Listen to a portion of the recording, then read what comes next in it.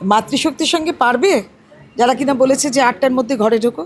আমাদের মাতৃশক্তি তো 24/7 কাজ করছে। ঘরে ঢুকবে কখন? ঘরে ঢোকার সময় নেই।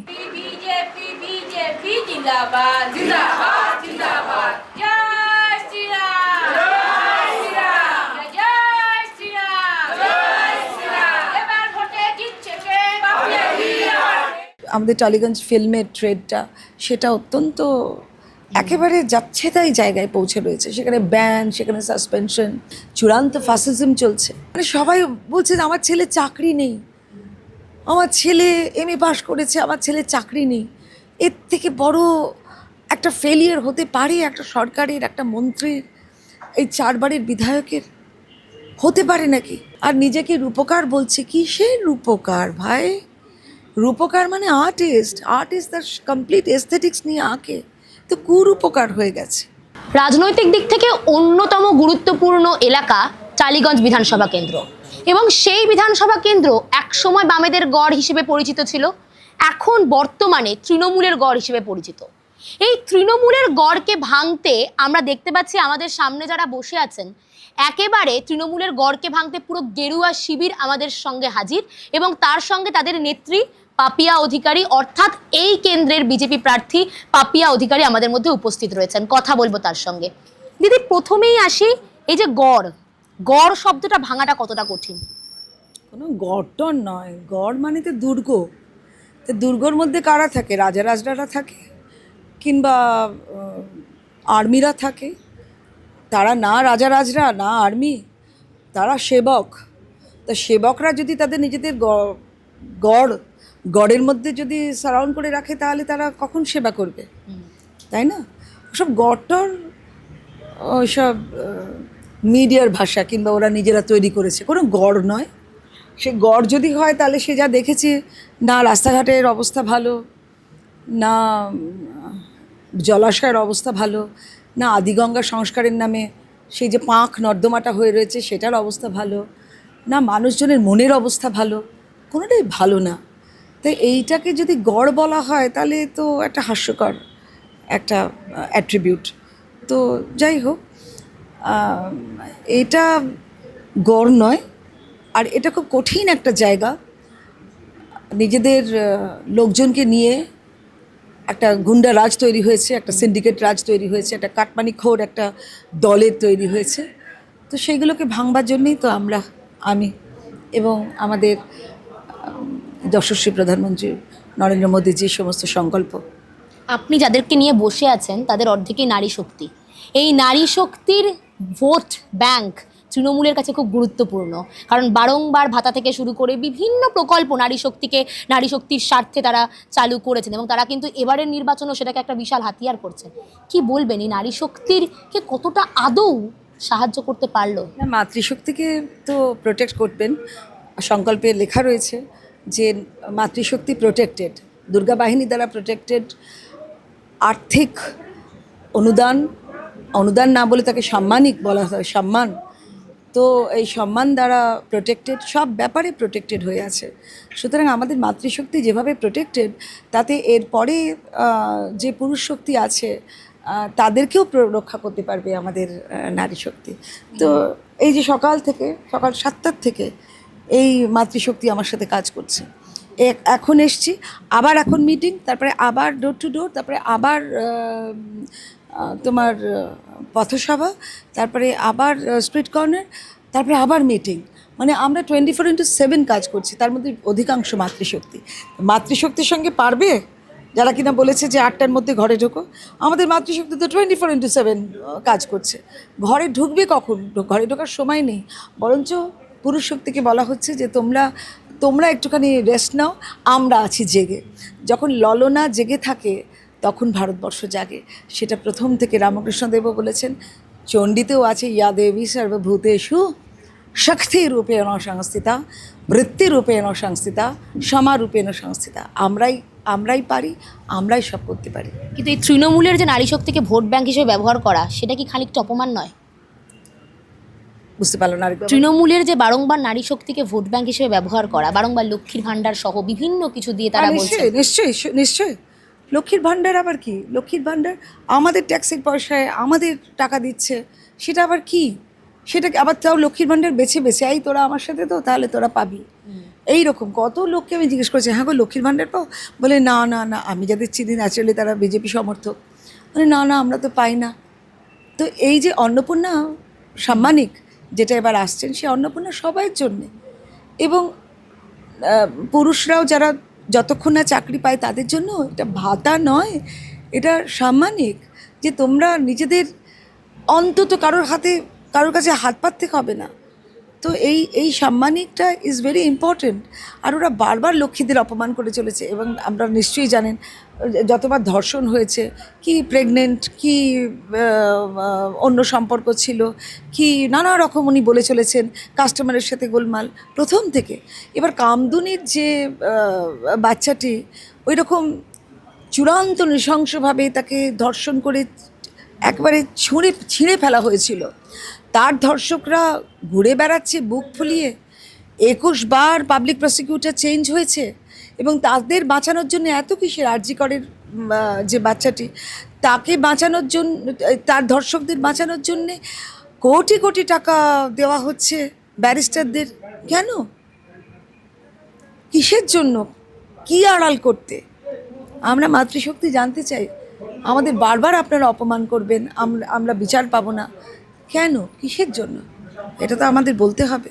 আপনার বিরুদ্ধে তৃণমূলের হেভিওয়েট প্রার্থী অরূপ বিশ্বাস, এবং সেখানে এত বছর টালিগঞ্জকে দেখেছেন আপনিও, সেখান থেকে এর আগেও 2021-এ অন্য কেন্দ্র থেকে আপনি লড়েছেন বিধানসভায়।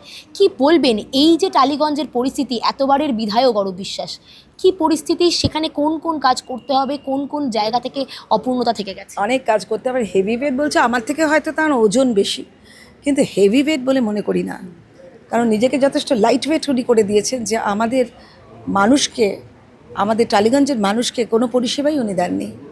শুধু আলো দিয়ে সাজালে হয় না, আর আলো দিয়ে সাজাচ্ছে তো পার্ক।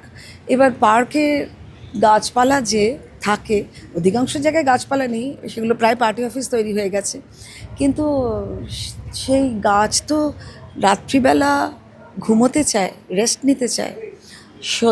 সকালবেলা গাছেদের আলোটা দরকার, সূর্যালোক, কিন্তু কৃত্রিম আলো, কারণ সেটা ফটোসিনথেসিস তৈরি হয়, সালোক সংশ্লেষ, খাবার তৈরি করে সূর্যের আলোয় গাছ, কিন্তু রাত্রিবেলা সেই কৃত্রিম আলো তাদের বিরক্তি উৎপাদন করে, গাছের ক্ষতি হয়। অত আলো দরকার নেই, গাছও বিশ্রাম চায়। যারা এই সমস্ত সিস্টেম করেছে তারা কি জানে, তারা কি মানেন যে তারা রাত্রিবেলা আলো জ্বালিয়ে ঘুমন? তারা তো আলো জ্বালিয়ে ঘুমন না। তাহলে গাছেদের বিশ্রাম নেওয়ার সময় কেন তাহলে চতুর্দিকে এত মোটা মোটা আলো জ্বলছে? এবং আরও যে সমস্ত আমাদের টালিগঞ্জ ফিল্মের ট্রেডটা, সেটা অত্যন্ত একেবারে যাচ্ছে তাই জায়গায় পৌঁছে রয়েছে। সেখানে ব্যান, সেখানে সাসপেনশন, সেখানে বয়কট। কেন? কিসের জন্য? সবাই মিলে একসাথে কাজ করব। এবং আমার লোক হলেই তুমি আমার, তাও আমার লোক না, আমার কথা শুনতে হবে। চূড়ান্ত ফাসিজম চলছে। এবং এই যে রাস্তাঘাট, কিচ্ছু কোনো ব্যাপার না, ভালো ইঞ্জিনিয়ার্সদের নিয়ে আসলেই তো রাস্তাঘাট ভালো হয়ে যায়। সেখানে কাটমানি, সেখানে সিন্ডিকেট, সেখানে আসলে না ওদের হাতে কাজ নেই, তাই এই গুন্ডা বাহিনীগুলো তৈরি হয়েছে।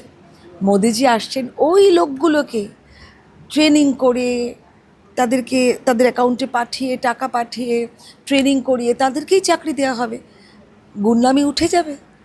তা একজন সাধু মানুষ কি করেন? সকলকে একসাথে কাছে টেনে নেন ভালোবেসে। আর ভালোবাসার জন্য তো একটা মিনিমাল একটা গ্যারেন্টি থাকে যে তোমাকে নিজেকে চলতে হবে, সেটা করবেন। ইটস ভেরি সিম্পল, মানে খুব একটা কঠিন কিছু নয়। মেসি কাণ্ড একেবারে আন্তর্জাতিক দিক থেকে যথেষ্ট খ্যাতি হয়তো পেত এই কেন্দ্র এবং তার সঙ্গে শহর কলকাতা, সেটা কতটা এই কেন্দ্রকে লজ্জায় ফেললো? ওনার কফিনে শেষ পেরেকটা পুড়ে গেছে, একদম এমন করে পুঁতে গেছে যে আর ফেরত আসবার কোনো উপায় নেই। তো কফিনের শেষ পেরেক হচ্ছে মেসি কাণ্ড। মেসিকে ভাবলেন যে ওনার নিজের ভাই বা শ্যালক যেভাবে ঘাটটা জড়িয়ে ধরছিলেন, মেসি নেহাত ইন্টারন্যাশনাল হিরো, উনি কী করবেন? উনি তো বুঝতে পারছেন এখানকার কালচার কী। এখানকার কালচার এরকম নয়, এখানকার কালচার আমাদের ঋষি অরবিন্দের কালচার। সুতরাং আমাদের কালচার এরকম বলে না তুমি গলা জড়িয়ে ধরলেই তুমি আমার ভাই নও, তোমাকে প্রমাণ করতে হবে যে তুমি কতটা ভালো মানুষ প্রমাণ করতে হবে। মানে মেসির দেশের লোকেরা অবাক হয়ে গেছিল যখন ঋষি অরবিন্দকে কারাগারে গেছে, দেখে কোথাও নেই, অথচ তিনি ওখানেই ছিলেন। অনেকক্ষণ খুঁজতে খুঁজতে দেখে যে উনি যোগাসনে ওপরে, ছাতে তার মাথা। আমরা হচ্ছে সেই দেশের মানুষ, আমরা সেই দেশের লোক। আমাদের এখানে যখন উপনিষদ তৈরি হচ্ছে, যখন উপনিষদ আমরা শুনছি, শুনে শুনে আমাদের ঋষিরা যখন সেগুলোকে লিখছেন পাথরে বা পাতায়, তখন মানে ওগুলো তো অমৃত বাণী, দেবতা থেকে নিঃসৃত ওই বাণীগুলো। তখন ওরা স্টিল, মানে স্বামীজি বলছেন যে আমরা যখন গাছের তলায় বৈদান্তিক চর্চা করছি, তখন ওরা সাহেবরা তখনও গাছে গাছে লাফাচ্ছে, অর্থাৎ তখনও তারা হনুমান। এটা বলেছিলেন আমাদের স্বামীজি, বলেছিলেন যে তখনও তারা সেই এভলিউশনটা হয়নি আমাদের সেইখান থেকে। তাহলে মেসি কাণ্ডটা না, মানে আমাদের এমন হলো যে এভলিউশনটা হয়নি ওই রকম করে। আর অনেক ছেলে, আমাদের টি বয়কে একটা চিনি আমি, যে 32,000 টাকা খরচা করেছে। ওই 32,000 টাকা খরচা করে ও কিচ্ছু চায়নি, ও মেসিকে দেখতে চেয়েছিল। মেসি এরকম ফুটবল নাচাবে পায়, এরকম করে অডিয়েন্সের দিকে দেবে, অডিয়েন্স আবার সেটাকে নমস্কার করে ওই রকম তাকে ছুঁড়ে দেবে, ও আবার ছুঁড়বে, এরা আবার ছুঁড়বে। এইটা হচ্ছে ওদের একটা মনের ইচ্ছা ছিল, আর কিচ্ছু না। ওরা কোনো অভিনেত্রী দেখতে যায়নি, ওরা কোনো মন্ত্রী দেখতে যায়নি, ওরা কাউকে দেখতে যায়নি, ওরা মেসিকে দেখতে গেছিলো। আর উনি যদি ক্রিকেট মিনিস্টার হয়, উনি যদি ক্রিকেটের মন্ত্রী হন, ক্রীড়ামন্ত্রী, ওনার তো বানানটাও ক্রীড়ামন্ত্রী হয়নি। যাই হোক, কে কতটা, দেখো কার কত পেটে বিদ্যে আছে, আমরা সেটা নিয়ে এখানে বসে নিই। কিন্তু ওনার যদি ক্রিকেটকে, এই ফুটবলকে প্রমোট করার ছিল, ফুটবল যদি প্রমোট করার ছিল, তাহলে ওই মেসিকে এনে আমাদের ছেলেদের ওয়ার্কশপ করতে পারতো 1 সপ্তাহ ধরে, কম টাকা খরচা হয়নি। সেটা উনি না করে উনি হঠাৎ ওনার ফ্যামিলি, আরও মন্ত্রীদের ফ্যামিলি নিয়ে তাকে ছবি তুলে, মানে ছি ছি ছি ছি ছি ছি ছি ছি ছি, শেম শেম শেম, কেউ ক্ষমা করবে না। তারপরে আমার সেই টি বয়টি বলছে, আচ্ছা একটুখানি আমাদের ওই টাকাগুলো, এত মিষ্টি, আমাদের ওই টাকাগুলো কি ফেরত পাওয়া যায়? তবে আমি বললাম, সে তো আমি বলতে পারবো না বাবা। বলে না না, ওসব বলার দরকার নেই, আমরা দেখেছি ওই যে রাজনীতির ময়দানে বড় বড় হোর্ডিং হচ্ছে, ফ্লেক্স হচ্ছে, ব্যানার হচ্ছে, ওইগুলো আমাদের পয়সায়। তাহলে এবারে যে রাজনীতিটা হচ্ছে, এবার যে তোমরা ইলেকশন হচ্ছে তোমাদের, সেখানে কিন্তু আমাদের একটা অবদান আছে, আমাদের পয়সায় ওই সমস্ত ফ্লেক্স, আমাদের পয়সায় ওই সমস্ত ব্যানার, আমাদের পয়সায় ওই সমস্ত কাটআউটস, আমরা আছি ওর মধ্যে। আমি কি বলবো। তারপরে বলছে যে তোমার তো ফ্লেক্স ব্যানার কিছু দেখা যাচ্ছে না, আমরা জানি, তার উপর দিয়ে ওদেরটা চলে আসছে, কিন্তু ওইখানে আমাদের টাকা আছে। কত লজ্জাজনক। তাই বলছি, কফিনের শেষ পেরেকটি অলরেডি পোঁতা হয়ে গেছে, সেখান থেকে কি আর ওঠা যায়?